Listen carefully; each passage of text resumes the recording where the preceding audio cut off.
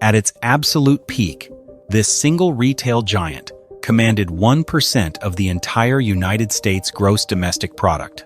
One out of every $100 spent in the American economy went directly into their cash registers. They mailed physical houses to pioneers. They completely outfitted the post-war suburban explosion. They built the tallest skyscraper on the planet just to look down on their retail empire. Millions of families trusted their tools, their appliances, and their name implicitly.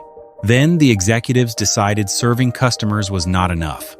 They handed the keys to Wall Street hedge fund managers. The maintenance budgets evaporated. The legendary brands were stripped and sold for cash.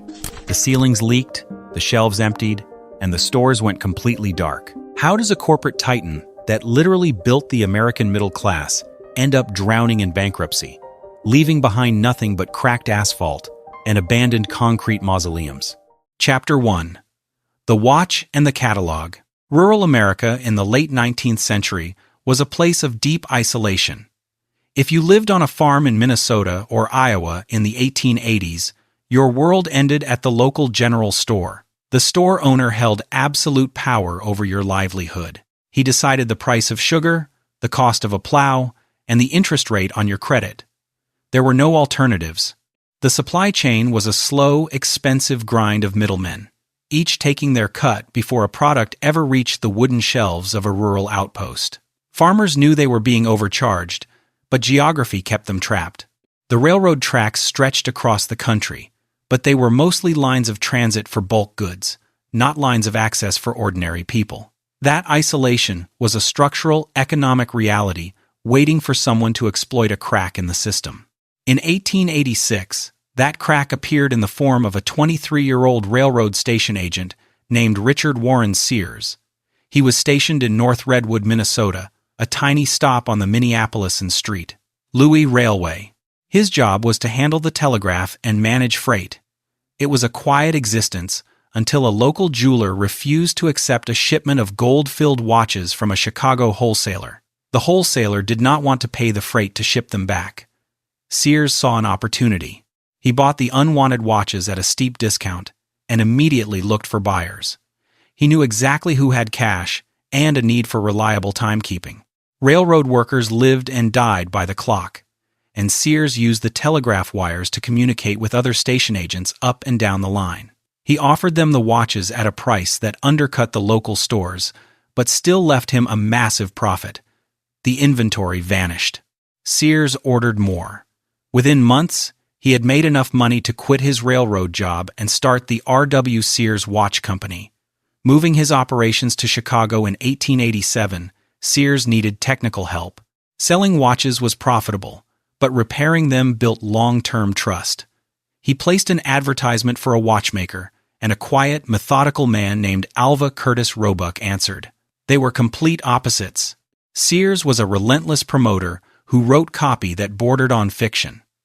Roebuck was a cautious technician who grounded the operation in reality. Together, they formed a partnership that would reshape the American economy. Sears realized that the strategy he used for watches could apply to absolutely anything. If he could bypass the middlemen and reach the rural consumer directly, he could destroy the monopoly of the local general store. He just needed a way to show them the goods. The solution was print. In 1893, the company officially became Sears, Roebuck and Co., and they released their first general catalog. It was not a glossy magazine. It was a dense, cheaply printed booklet, but to a farmer in the middle of nowhere, it was a revelation. It offered firearms, sewing machines, bicycles, and clothing at prices that seemed impossible. Sears wrote the item descriptions himself, using urgent, personal language that made the reader feel they were getting an exclusive deal. He understood that rural Americans felt forgotten by the industrial boom happening in the cities. The catalog was a bridge. It brought the factory floor directly to the farmhouse table. More importantly, Sears offered a guarantee. Send the money, and if the product is not exactly as described, you get your money back. In an era of rampant retail fraud, that guarantee built a fortress of consumer trust. The orders flooded in by the thousands. The local general store owners tried to fight back, organizing public burnings of the Sears catalog, but it was entirely too late. The isolation of rural America had been broken, and the modern consumer economy had officially been born. Chapter 2. The Store That Sold Everything. Richard Sears possessed an undeniable genius for selling, but he was completely incapable of organizing. By the mid-1890s, order forms were pouring into the Chicago office faster than his small, overworked staff could read them, let alone fulfill them. Stacks of unopened mail piled up in the corners of the room. Customers frequently received the wrong items, or worse, waited months for deliveries that never arrived. The company was literally drowning in its own unprecedented success. Alva Roebuck, overwhelmed by the relentless stress, the growing debts, and the sheer chaos of the operation, decided he had enough. He sold his share of the business and quietly stepped away. Sears realized he needed two things immediately. He needed capital, and he needed someone who understood the mechanics of a large-scale operation. In 1895, the solution arrived when a Chicago clothing manufacturer named Julius Rosenwald bought a significant stake in the company. Rosenwald was the exact opposite of Richard Sears. Where Sears saw an exciting promotional opportunity, Rosenwald saw a complex supply chain. He brought strict financial discipline, logical order, and a systemic operational mindset that the chaotic startup desperately required to survive. He instituted policies to ensure that goods were stocked properly, orders were tracked, and refunds were issued promptly when mistakes happened. Rosenwald stabilized the foundation, allowing Sears to focus entirely on expanding the catalog. Under Rosenwald's steady and calculated management, the Sears catalog transformed from a modest, cheaply bound booklet into a massive volume, frequently exceeding 1,000 pages. It quickly earned the nickname, the Consumer's Bible. The sheer scale of the inventory was staggering to the rural mind. If a farmer needed an item to survive or thrive, Sears sold it. The densely packed pages featured groceries, firearms, sewing machines, bicycles, pianos, medical supplies, and even tombstones. You could order a completely disassembled wooden wagon, or the leather harness for the horses that would pull it. The company's ambition did not stop at everyday household goods. By 1908, the company introduced the Sears Modern Homes program, an initiative that seems unimaginable even by modern retail standards. A customer could flip through the catalog, examine various blueprints, and order an entire house by mail. Within a few weeks, railroad cars would arrive at the local station, delivering tens of thousands of precisely pre-cut lumber pieces, boxes of nails, roof shingles, and an exhaustive instruction manual directly to the buyer. Between 1908 and 1940, Sears sold roughly 70,000 of these mail-order homes across the country. Many of those structures remain solid and are still lived in today. For rural Americans, the catalog functioned as far more than just a retail store. It was the great equalizer. It permanently broke the monopoly of the local general merchant and offered a level of variety and pricing previously reserved only for wealthy city dwellers. A family living in a remote cabin in Wyoming could browse the exact same clothing styles or pocket watches as a family residing in downtown Chicago. This single publication fundamentally altered the American consumer landscape, linking isolated farms to the industrial output of the nation. However, the volume of business Sears generated soon collided with a major logistical obstacle. The United States Post Office did not deliver parcels directly to rural addresses. Farmers still had to hitch up their wagons and travel for miles to pick up their orders at the closest post office or train depot. Recognizing this critical bottleneck, Sears and other mail-order companies aggressively lobbied the federal government to change its delivery infrastructure. The economic weight of the catalog industry was too massive to ignore. The government eventually instituted rural free delivery, but the true victory for Sears arrived in 1913 with the establishment of the parcel post system. This new system allowed heavy packages to be delivered straight to a rural customer's doorstep. The impact on revenue was explosive and instantaneous. Sears no longer shipped goods merely to a distant town. They shipped directly into the customer's front yard, The company had essentially forced the federal government to build a massive national logistics network that perfectly subsidized their specific business model. By the dawn of the 20th century, Sears, Roebuck and Co. was no longer just a catalog business. It was a dominant national institution. Revenue skyrocketed from a respectable $750,000 in 1895 to an astonishing $50 million by 1907. But fulfilling these orders required an operational infrastructure that did not yet exist anywhere in the world. To keep up with the daily avalanche of demand, Rosenwald knew they had to build something completely unprecedented. They needed a physical machine capable of processing millions of individual items with absolute precision. And they were going to build it on an empty plot of land right in the heart of Chicago. Chapter 3. The Great Logistics Machine. By 1905, the sheer volume of mail arriving at Sears headquarters in Chicago had become a logistical nightmare. The company was receiving tens of thousands of letters every single day, each containing orders, cash, and specific delivery instructions. The old warehouses were bursting at the seams. Employees were physically colliding with one another as they rushed to pick items from shelves scattered across different buildings. It was clear that Julius Rosenwald could not simply rent more space. He needed to rethink the entire concept of retail distribution. The solution was an ambitious construction project on the west side of Chicago. In 1906, Sears opened a massive 40-acre complex that was completely unprecedented in American commercial history. It was not just a warehouse. It was a self-contained industrial city designed specifically to conquer the mail-order business. The sheer scale of the operation required an entirely new way of thinking about human labor and mechanical efficiency. The centerpiece of this complex was the merchandise building. At 3 million square feet, it was the largest commercial building in the world at the time. To understand how radical this facility was, you have to look at the mechanics inside. Long before Henry Ford perfected the moving assembly line for automobiles, Sears was using similar principles to move consumer goods. The building was wired with miles of pneumatic tubes. When an order arrived, clerks sorted it and placed the ticket into a brass cylinder. The cylinder was shot through the tubes at high speed, routing the paper order to the correct department within seconds.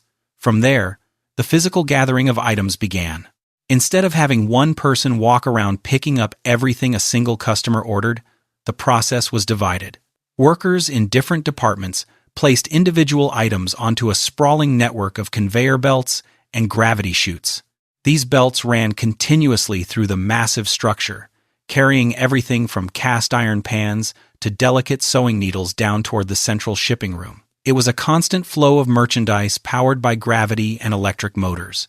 The most brilliant part of the operation was the scheduling system. Rosenwald and his operational managers understood that conveyor belts were useless if the items for a single order did not arrive at the shipping floor at the exact same time. To solve this, they invented a strict timetable system. Every order was stamped with a specific time limit. For example, if a farmer ordered a pair of boots from the 3rd floor and a hammer from the 5th floor, both items were given an exact minute.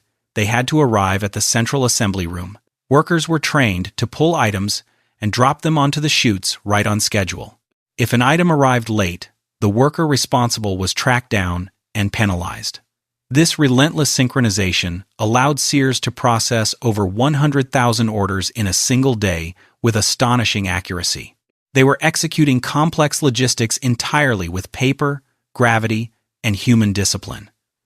There were no computers to track inventory, no barcodes to scan, and no algorithms to calculate shipping routes. Everything relied on a beautifully orchestrated human machine. The efficiency of the Chicago plant was a marvel of the modern world. Industrialists and engineers from across the globe traveled to Illinois just to watch the Sears facility operate. It was a machine that turned rural desire into boxed reality faster than anyone thought possible. Because the logistics were so finely tuned, Sears could lower their operating costs dramatically.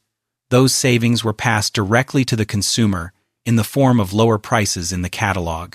The 40-acre complex also featured its own power plant, a printing facility that churned out millions of catalogs and a sprawling administrative building where thousands of typists processed payments and customer letters. For the thousands of men and women employed there, it was a highly demanding environment driven by the relentless ticking of the clock. But this mechanical precision was exactly what made the Sears empire invincible during the early 20th century.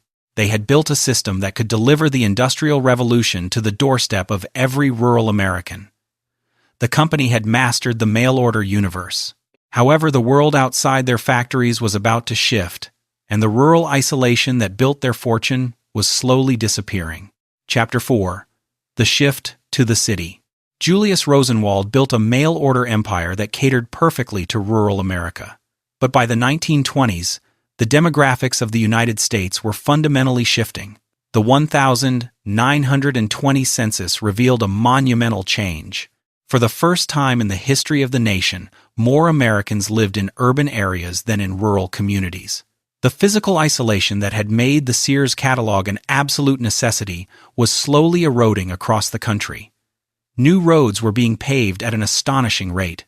Henry Ford was rolling millions of affordable Model T automobiles off his assembly lines, putting the working class behind the steering wheel. Farmers who previously relied entirely on the postal service to deliver their supplies could now simply drive into town to buy their goods in person. The catalog division was still highly profitable, but the underlying long-term trend was undeniable. The company needed a leader who understood the vast implications of this new geographical mobility. That visionary arrived in the form of General Robert E. Wood. Wood was a former military quartermaster who had successfully organized the complex logistics for the construction of the Panama Canal. He understood demographics, supply lines, and population scale better than almost anyone else in American business. When he joined Sears, he meticulously analyzed the government census data and realized that the company was structurally positioned for a world that was rapidly disappearing. Wood proposed a strategic pivot that sounded like financial suicide to many traditional catalog executives. He wanted to build physical retail stores. At the time, urban department stores were concentrated exclusively in crowded downtown commercial districts. They were massive, multi-story architectural palaces accessible primarily by streetcar, train, or on foot. Wood saw a completely different future unfolding. He understood that the private automobile was going to permanently reshape the geography of American commerce. Instead of building in the expensive, congested downtown areas where parking was impossible, Wood decided to place the new Sears stores on the outskirts of growing cities. He targeted areas where real estate was remarkably cheap and where he could pave massive lots exclusively for customer parking. This was a profoundly radical concept in the retail industry. Nobody was building standalone department stores surrounded by free parking lots in the 1920s. Wood was betting the entire future of the company on the belief that middle-class Americans would gladly drive their own cars to a designated retail destination if it offered convenience, an incredible variety of goods, and the deeply trusted Sears pricing structure. In 1925, Wood tested his controversial theory by opening the very first Sears retail store. He did not even construct a brand new building for the experiment. He simply opened a physical storefront right inside the massive Chicago mail-order plant. The public response was immediate and overwhelming. Customers absolutely flooded the building, eager to physically touch, hold, and examine the actual goods they had only ever seen as illustrations in the catalog pages. Encouraged by this explosive initial success, Wood aggressively rolled out standalone stores across the nation. He bypassed the traditional downtown retail hubs entirely. He built large, highly utilitarian structures on major transit arteries. These stores were meticulously designed around the lifestyle of the automobile owner. They sold tires, auto parts, hardware, and sporting goods alongside traditional clothing and heavy household appliances. Wood essentially invented the modern suburban shopping format decades before the term suburban became a standard part of the American cultural vocabulary. The strategy was executed with ruthless efficiency. The physical retail stores quickly grew to surpass the traditional catalog division in total revenue. Sears successfully evolved from a faceless mail-order operation into a tangible physical presence in the daily routines of millions of urban consumers. They completely sidestepped the older, established retail giants of the era by creating an entirely new retail landscape. The company was no longer just responding to the existing needs of the American public. Under the brilliant guidance of Robert E. Wood, Sears was actively designing the spatial layout of modern American consumerism. They had already conquered the isolated rural farms, and now they owned the expanding city outskirts. The foundation was perfectly laid for the empire to dominate the most prosperous era in human history. Chapter 5. The Heart of the American Middle Class. When World War II ended in 1945, the United States economy underwent a transformation unlike anything seen in modern history. Millions of soldiers returned home, armed with government benefits from the GI Bill, looking to buy homes, start families, and settle into a new kind of peaceful prosperity. This demographic explosion gave birth to the American suburb. Vast tracts of farmland surrounding major cities were rapidly converted into endless grids of single-family homes. Every new house required a refrigerator, a washing machine, lawn equipment, and furniture. By pure strategic brilliance, Robert E.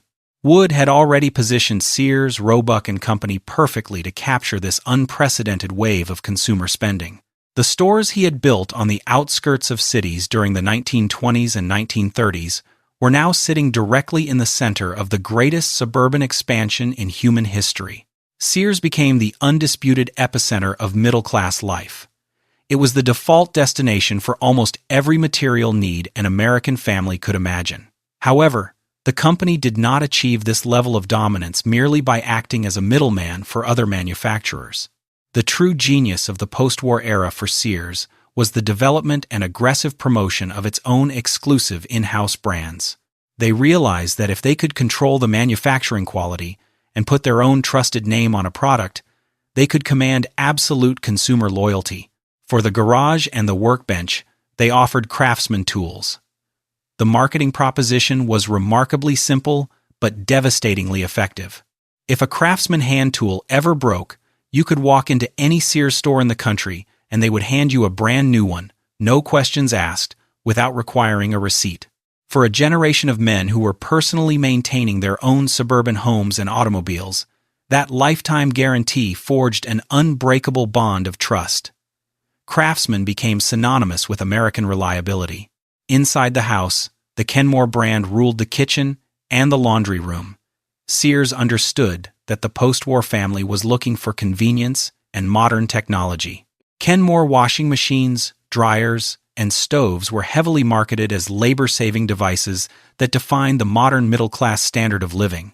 Because Sears controlled the financing through their own internal credit systems, a young couple could easily outfit their entire newly built home with Kenmore appliances and pay for them over time in manageable monthly installments.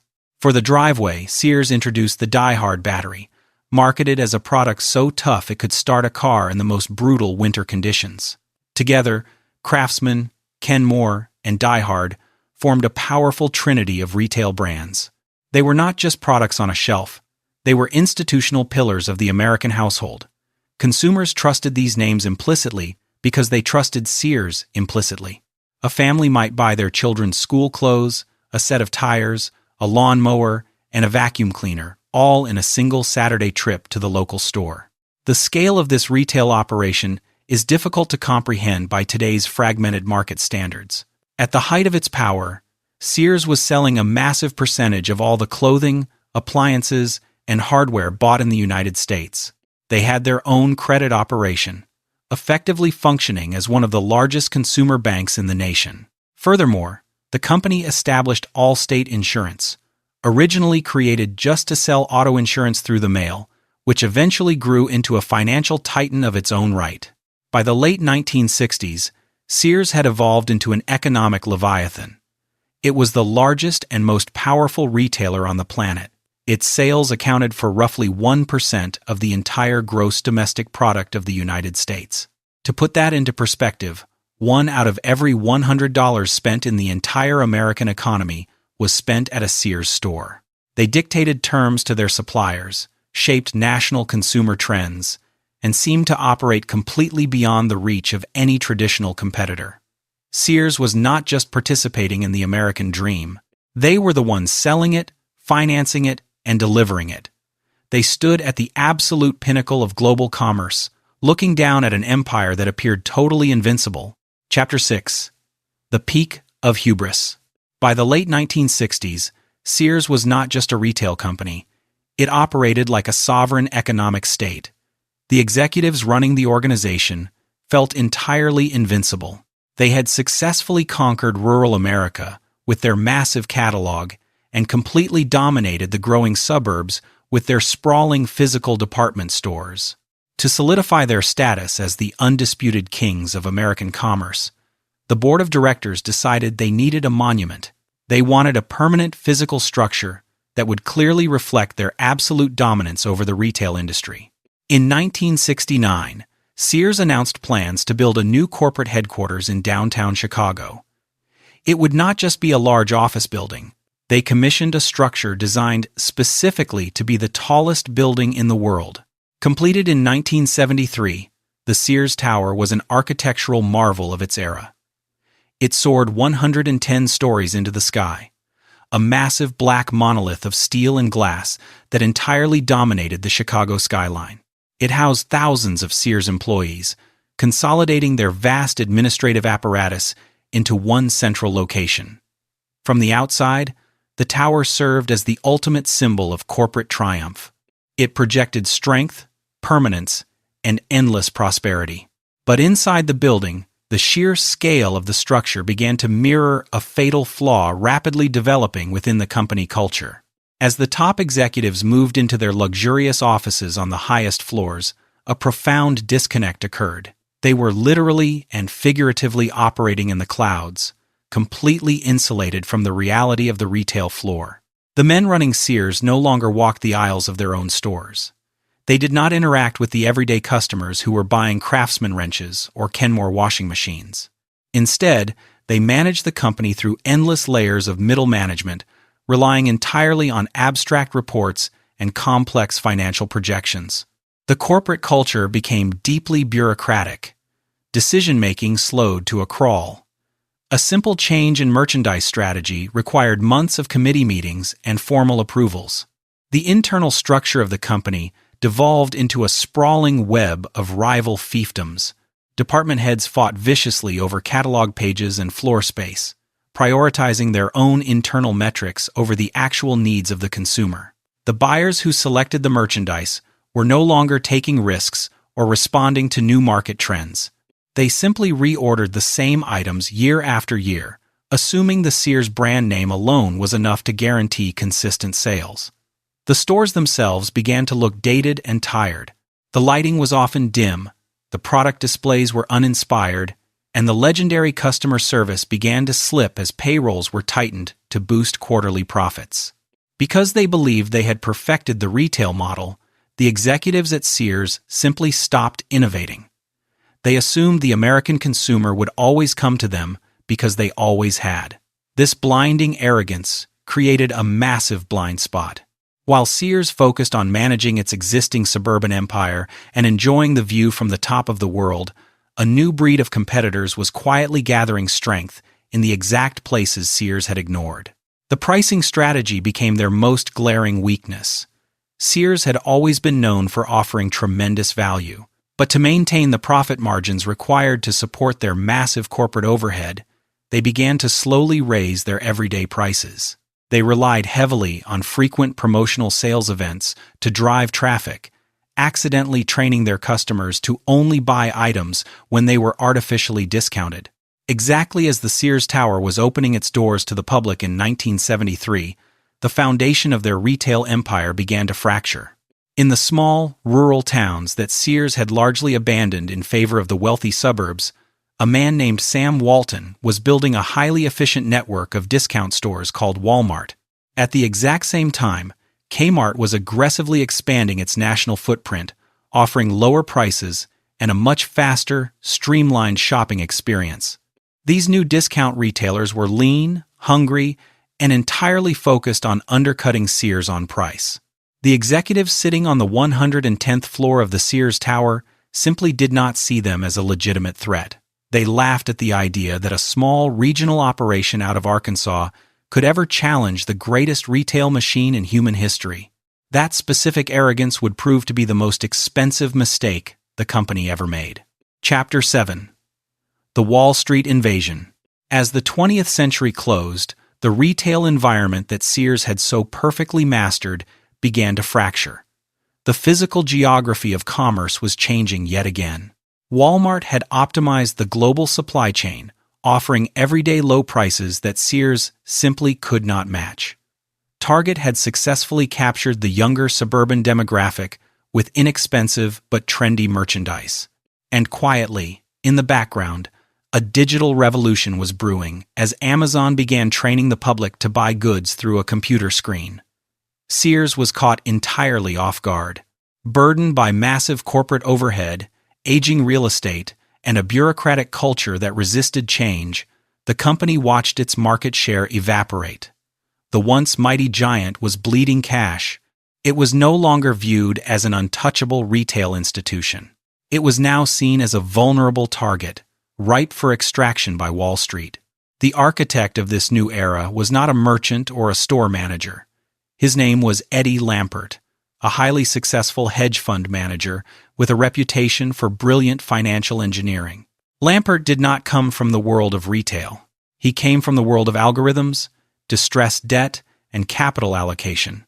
In the early 2000s, he made a fortune by acquiring the debt of the bankrupt Kmart Corporation, eventually taking full control of the company. In 2005, Lampert shocked the financial world by orchestrating a massive merger between Kmart and Sears, creating a new entity called Sears Holdings Corporation. On paper, it looked like the creation of a massive retail behemoth capable of challenging Walmart. In reality, it was a financial maneuver designed to unlock the underlying real estate value of the aging stores. Lampert approached Sears not as a living business that required nurturing, but as a portfolio of financial assets. A traditional retail executive understands that a store must be updated constantly to attract shoppers. Profits must be reinvested into better lighting, cleaner floors, trained staff, and modern inventory systems. Lampert viewed these standard operational expenses as a complete waste of capital. He immediately and drastically slashed the budgets for store maintenance and employee training. He argued that investing in the physical appearance of a store did not generate a measurable, immediate return on investment. The results of this philosophy were visible almost overnight. The once proud Sears department stores began to literally fall apart. Roofs leaked onto merchandise. Floor tiles cracked and were never replaced. The lighting fixtures gathered dust. Customers walking into a Sears in 2008 felt a profound sense of neglect. Instead of fixing the stores, Lampert decided to restructure the entire corporate culture based on his personal belief in extreme free market capitalism. He implemented a radical system which divided Sears into more than 30 autonomous business units. The appliance division, the tools division, the apparel division, and even the marketing and information technology departments were all spun off into independent silos with their own presidents and boards of directors. Lampert believed that forcing these internal divisions to operate like separate companies and compete against each other for corporate funding would naturally drive efficiency and innovation. The execution of this theory resulted in absolute corporate suicide. The internal competition immediately turned vicious and toxic. Because every unit had to show its own profit, they began charging each other for basic services. If the appliance division wanted to put a Kenmore washing machine on the cover of the weekly sales circular, they had to pay the marketing division out of their own budget. If they could not agree on a price, the marketing division would simply put a different, less profitable item on the cover. Executives stopped sharing data. They fought bitterly over floor space in the physical stores, sometimes sabotaging each other's product displays to make their own numbers look better. Collaboration vanished entirely. Instead of uniting to fight external threats like Amazon, the executives at Sears spent their energy fighting internal turf wars. Paranoia replaced teamwork. Middle managers spent countless hours creating elaborate presentations to defend their budgets in hostile meetings. And through it all, Eddie Lampert managed the chaos remotely from his office in Florida. He rarely visited the stores or walked the retail floors. He spoke to his executives via video conference, analyzing spreadsheets and dictating policy from 1,000 miles away. The company that Richard Sears and Julius Rosenwald built on absolute trust and seamless logistical efficiency had been turned into a financial experiment. The Wall Street invasion was complete, and the extraction of the company's remaining wealth was about to begin. Chapter 8. Squeezing every last penny. The true nature of Eddie Lampert's vision for Sears became glaringly apparent as the 2010s began. He was not trying to save a retail company. He was liquidating a real estate empire in slow motion. Sears had an incredible advantage that modern retailers could only dream of possessing. Because they had built their massive suburban stores decades earlier, they actually owned the land and the buildings outright. They were sitting on billions of dollars of prime commercial real estate across the United States. Instead of using that enormous leverage to borrow money and reinvent the shopping experience, Lampert began to sell the properties off piece by piece. He formed a separate real estate investment trust called Seritage Growth Properties. In a highly controversial financial maneuver, Sears sold hundreds of its absolute best store locations to this new entity, which Lampert also controlled. Sears then had to pay rent to stay in the very buildings it had owned free and clear for half a century. This created a massive new operating expense for a retail operation that was already suffocating from declining sales. The cash generated from these real estate sales did not go into modernizing the remaining stores or improving the digital commerce platform to fight Amazon. Instead, it was often used to buy back corporate stock, a move designed primarily to artificially inflate the share price for the benefit of the hedge fund investors. Down on the retail floor, the physical reality of this financial engineering was grim and undeniable. A retail store requires constant physical upkeep to remain an inviting destination, but store managers were given virtually zero budget for basic maintenance. The physical decay of the Sears empire happened in plain sight for the entire country to witness. Escalators broke and were simply barricaded with yellow tape because there was no corporate money allocated to fix them. Ceiling tiles developed massive water stains and occasionally collapsed directly onto the sales floor. The inventory tracking systems were so ancient that employees often had no idea what was actually sitting in the stockroom. Entire sections of the large stores were simply walled off with white plastic curtains to hide the empty floor space where merchandise used to sit. The remaining employees, who were watching their benefits shrink and their weekly hours get drastically cut, suffered from terrible morale. They knew they were working inside a dying machine. Customers walking through the automatic doors felt an overwhelming sense of depression. The vibrant, bustling department stores of the 1980s had been reduced to quiet, dimly lit warehouses selling picked-over merchandise. The American middle class, which had literally built its suburban lifestyle on the reliability of the Sears brand, took one look at the crumbling infrastructure and simply stopped coming. They took their hard-earned money to Target, Home Depot, and Best Buy, stores that actually respected the consumer enough to invest in clean presentation and basic customer service. As the retail revenue completely collapsed, the company found itself desperately starved for cash to pay its mounting debts. The real estate sales were no longer enough to keep the massive corporate structure afloat. Lampert was forced to start selling off the crown jewels. For generations, the true value of Sears was not just its buildings, but its exclusive internal brands. In 2017, the unthinkable happened. Sears announced it was selling the Craftsman tool brand to Stanley Black & Decker for roughly $900 million. Craftsman was far more than just a brand name. It was the absolute soul of the hardware department. It was the primary reason millions of loyal customers walked into a Sears store every single weekend. By selling it, the company permanently traded a century of consumer trust for a short-term cash injection. It was the corporate equivalent of burning the antique furniture to keep the house warm for one more night. The sale of Craftsman sent a clear signal to the rest of the business world. Sears was no longer trying to survive as a functioning retailer. They were actively stripping the copper wire out of the walls. The Kenmore appliance brand and the Die Hard battery line suffered similar fates. either being shopped around for potential buyers or losing their exclusive status, as Sears began allowing them to be sold on rival websites.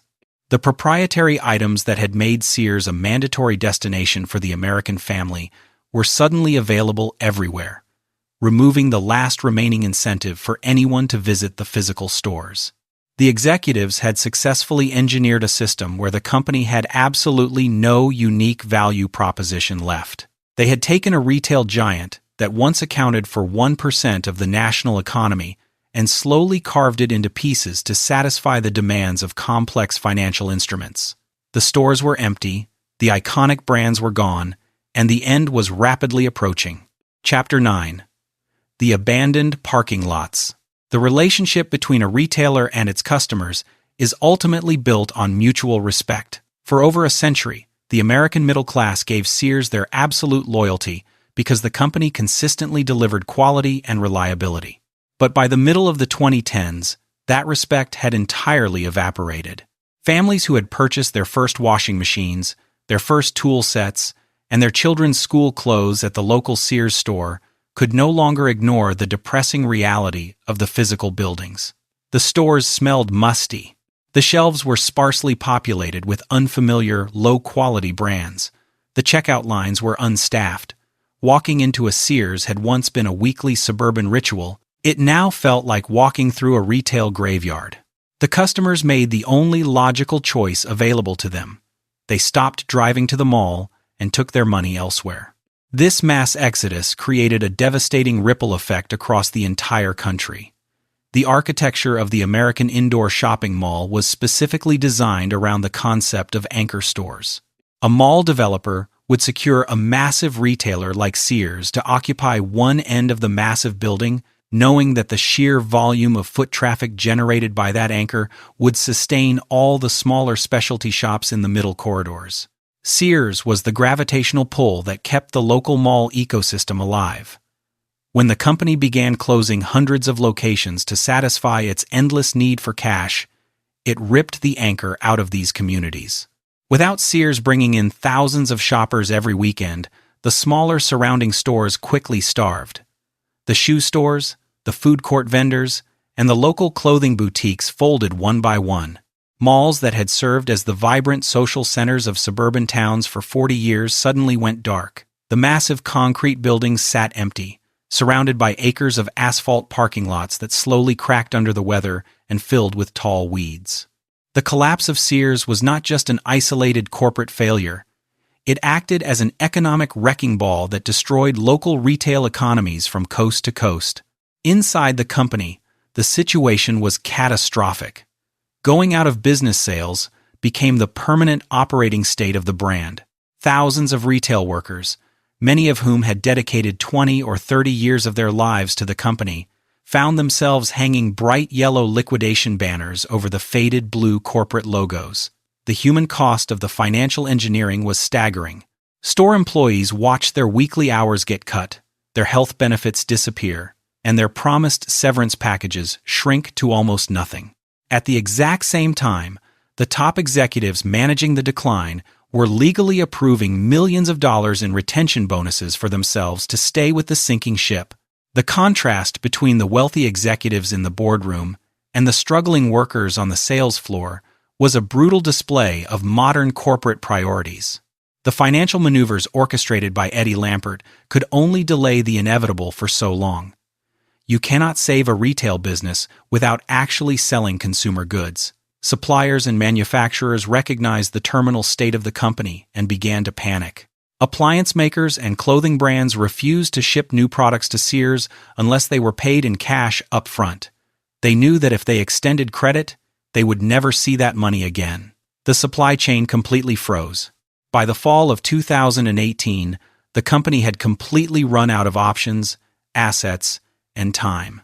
The massive debt load was crushing, and the crucial holiday shopping season was rapidly approaching, with virtually no new inventory arriving in the warehouses. On the 15th of October 2018, the news broke across every major financial television network. Sears Holdings Corporation officially filed for Chapter 11 bankruptcy protection. It was a massive, humiliating collapse. A company that had once employed hundreds of thousands of Americans. A company that had literally mailed physical houses to pioneers. A company that had built the tallest skyscraper in the world, was completely insolvent. They had survived 2 world wars, the Great Depression, and the transition from rural farms to urban suburbs. They possessed every possible advantage a business could ask for. Yet they were systematically destroyed from the inside out by a management strategy that valued financial extraction over actual retail operations.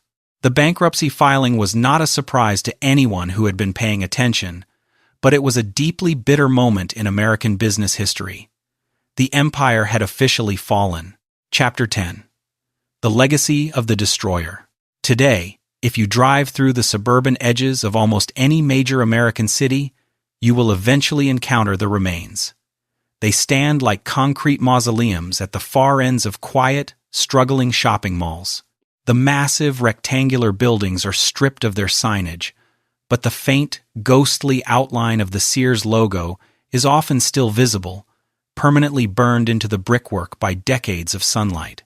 The vast parking lots that surround them, once packed with the station wagons and sedans of the American middle class, are now oceans of cracked asphalt, slowly being reclaimed by weeds. These empty structures are not just abandoned retail spaces. They are the physical monuments to one of the most spectacular corporate failures in modern history. The legacy of Eddie Lampert and the hedge fund era of Sears is a harsh, undeniable lesson in the dangers of modern financial engineering. For over a century, Sears operated on a very simple, profoundly effective philosophy. They believed that if you provided ordinary people with high-quality goods at fair prices, and if you stood behind those goods with absolute integrity, the customers would reward you with their loyalty. Richard Sears and Julius Rosenwald built a logistical machine designed to serve human needs. They respected the farmer in Iowa and the factory worker in Detroit. But the final generation of leadership did not view the company as a provider of goods. They viewed it purely as an instrument for capital extraction. When a business that was fundamentally built on customer service falls into the hands of people who only care about spreadsheets and stock buybacks, the destruction is total.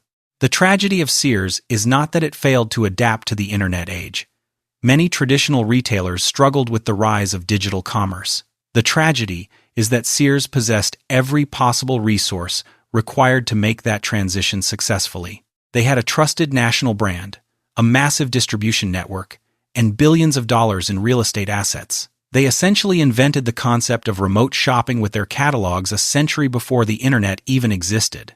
But instead of marshaling those vast resources to fight the new digital competitors, the leadership chose to systematically cannibalize the company from the inside. They sold off the real estate, they sold off the exclusive brands, and they starved the physical stores of the capital they desperately needed to survive. The human cost of this strategy remains the darkest part of the story. Tens of thousands of dedicated employees lost their livelihoods. These were men and women who took genuine pride in putting on the Sears uniform, people who knew how to repair a Kenmore engine or fit a child for their first pair of school shoes. They watched their careers evaporate, while the executives who orchestrated the decline legally shielded their own wealth. The communities that relied on these massive stores for local tax revenue and steady employment were left with empty buildings that became magnets for urban decay. The collapse of the anchor store accelerated the death of the American indoor mall, fundamentally altering the economic and social fabric of countless towns across the country. Today, the Sears name still technically exists, bought out of bankruptcy and attached to a handful of surviving locations and a website, but it is a hollow shell, completely disconnected from the empire that once defined the American retail landscape.